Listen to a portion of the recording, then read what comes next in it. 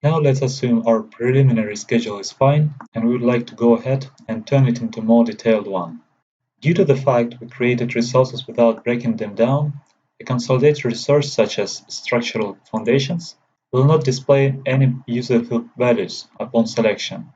Go to the resource properties and see that there is no value in user field tab. Another interesting behavior is when consolidated resource highlighted in the resource tab, there is no chance to select any type or instance of it on the 3D Objects tab. Although parameters belonging to a selected instance can be viewed on the 3D Properties user field. Select Instance, open 3D Properties and User Fields. Here you can see all parameters and values.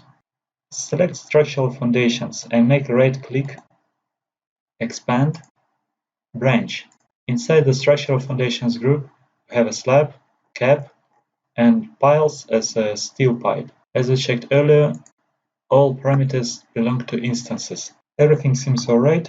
Now it's time to decompose Structural Foundation resource.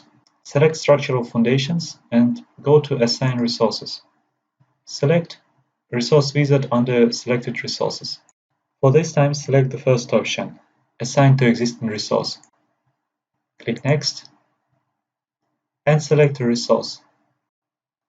Our resource group is Structural Foundations. Click over it and go Next. Select the third option this time, Assign to this resource, and build tree. On the next step, we should unassign previously created foundations from resources.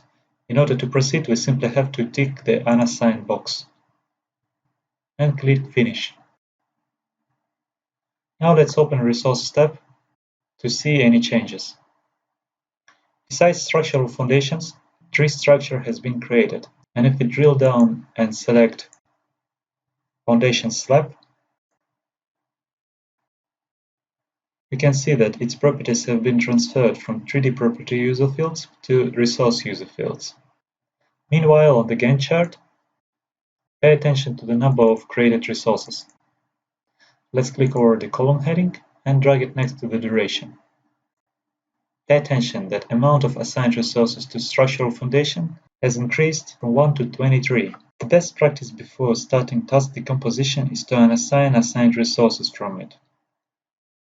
Select the task, make a right-click over it, and choose Unassign all resources.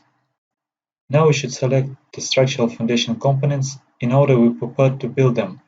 So we have steel pipes, then caps, and then foundation slab, with the control button held. Next, go ahead and choose appropriate linkage type. For us, it will be Finish to Start. Select the activity under which we would like to build our new tasks. Make a right-click over the resources, then choose Create Tasks. For this time, we will choose Under Selected Task. In the Appear dialog, we've been asked whether we would like to create a separate task for each resource. Yes, we would like to. These resources have child resources underneath, so Synchro asks us if we would like to create a separate tasks for each. So we won't click on the Yes, so click No to discard the hierarchy. On the Gantt view, structural foundation has become a summary task, and its duration, now 15 days, is distributed among child tasks equally. Now we can go ahead and repeat all the steps for pets.